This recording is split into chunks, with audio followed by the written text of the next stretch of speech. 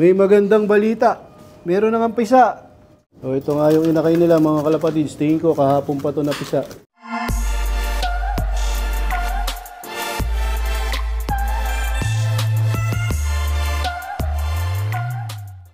Welcome back mga kalapatids.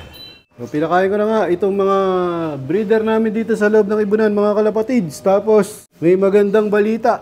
Meron nang pisa. Itong parisa na to na nasa baba mga kalapatids. Ito nga yung co-breeding ng imbrek mga kalapatids. Kasi nga 2 araw akong wala dito sa amin mga kalapatids. Si JJBK sa Kulam ang nag-alaga ng mga ibon mga kalapatids. So nagpatuka. Check natin. Ay, isa pa lang. Baka kahapon o kagabi. Kapag ka nga namimisa yung ibon namin mga kalapatids, ito yung una kong tinitingnan dyan. Itong pagkakapisa niya, itong shell ng itlog. So, bali, ito nga yung unang tinitingnan namin dyan. Ito. Ito nga yung parang tinatawag na gel. Dapat lagi yan nandito sa loob. Pag napisa yan, mga kalapatids, sa loob ng shell, naiiwan yan. Pag itong parang itong gel. Tinuturo ko nga na to. Nakakabit doon sa pusod mga kalapatids. Para sa akin, mahina yung inakay. May iwan sa shell. Pagka hindi naiwan yan, magiging lawit yung pusod ng mga inakay natin mga kalapatids. Senyalis nga na, na mahina yung inakay. Para sa akin lang yun mga kalapatids. Pagka nga lawit yung pusod ng inakay mga kalapatids, syempre nga, naka-expose siya dun sa mga nesting material. Siyempre, yung nesting material, pagka nagkaroon na ng mga ipot yan, o napagtatapakan na ng mga hen, o nung kak, o nung magulang nila, siyempre, madumi na yan.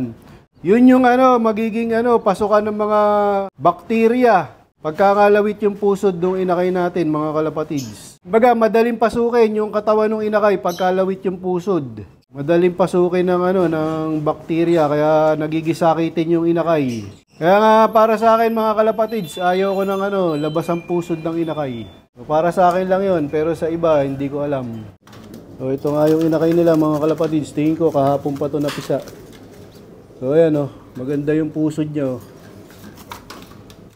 So pagka gantong mga may bagong pisa, kailangan nila ng calcium. Para nga dumami ng husto yung pigeon milk nila mga kalapatids. Tapos pagka nga nag-uumpisa na magpisaan niya mga kalapatids, lagi namin binibigyan na ng grits.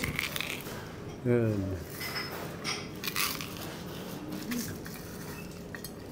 Bali 2 araw nga akong wala dito sa loob mga kalapatids. Si JJBK yung dyan, nag-i-in-charge. Ano ginawa mo dito sa sa loob? General cleaning ako dito sa General cleaning daw siya mga kalapatids. Ayan nilinis niya. Ano ginawa mo dyan? Pinaronda mo? Hindi, sabi mo ko. Hindi nga niya pinaronda ng yan, 2 araw. Bali napahinga yan. Tingnan natin kung roronda sila ngayon. Wala, yari ako nito. Bali bago nga kami magpakawala mga kalapatids, hinihiwalay namin yung mga unang bumababa. Kasi nga nagyayaya to sa marami na na bumaba kagad. Huli namin sila pinapakawalan pagka yung pababa na yung mga kalapate namin. So ito yung pangalawa. Bali stock bird lang naman to mga kalapatids. Tsaka matagal na quarantine. Tapos ngayon bagong balik dito. Kaya mahina pa lumipad. So yun, binuksan na ni JJBK ang release door mga kalapatids. Nagpakawala na. 2 araw ang hindi nakalipad yan. Sabado at Linggo. Kasi nga wala ako dito.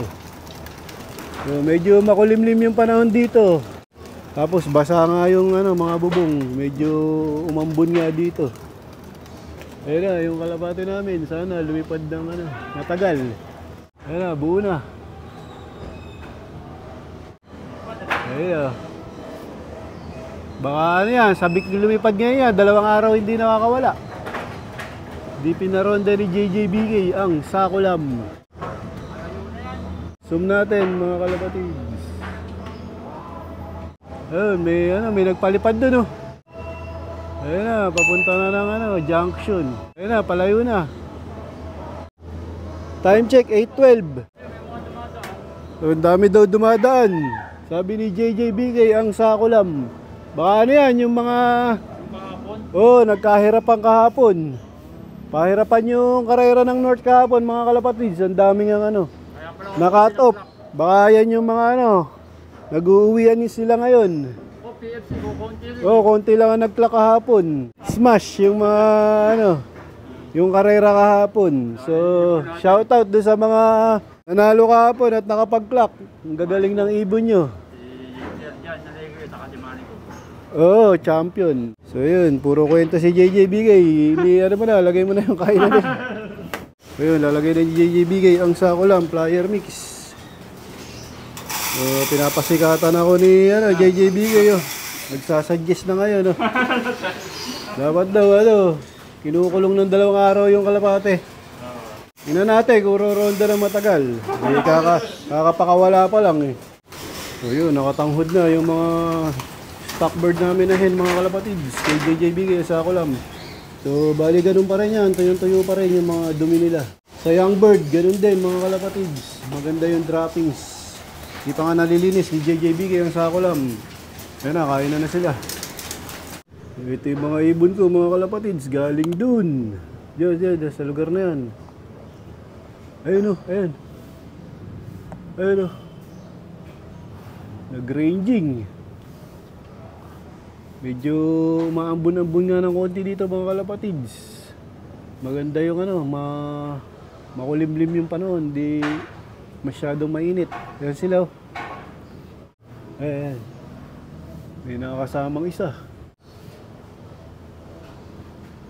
Parang dumami ah. Time check 8:39. Ito yung mga ibon namin, mga kalapatids. Time check 9:10. Ayan o, nasa tapat na ng loop. So, kulang ng 2 minuto para mag-1 oras yung ronda nila ngayon. Ayun, papakawala natin yung 2 kinulong natin kanina, yung hindi natin sinabay.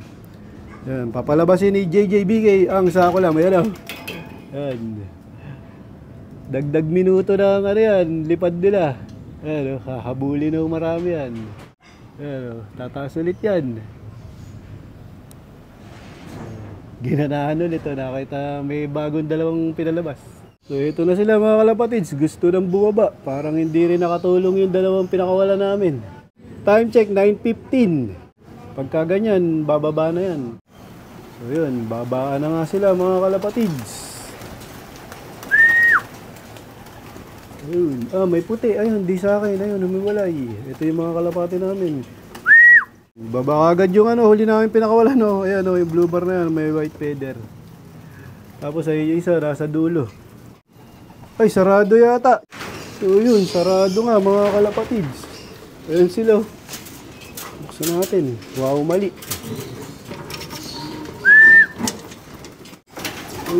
Sunod-sunod. Di nabuksan. Nalibang kami. Sarado pala yung pinto ng trapdoor. Ayan, pasok ka na. Ayan, agawan sila sa Kalapatids Flyer Mix ni Boss Ronald Gonzales. Tapos syempre yung tubig niyan, nakahanda na rin. Dito ko natatapusin ang video ko para sa araw na to. Please like, share, comment, subscribe. Keep safe, God bless. Ingat, mga Kalapatids.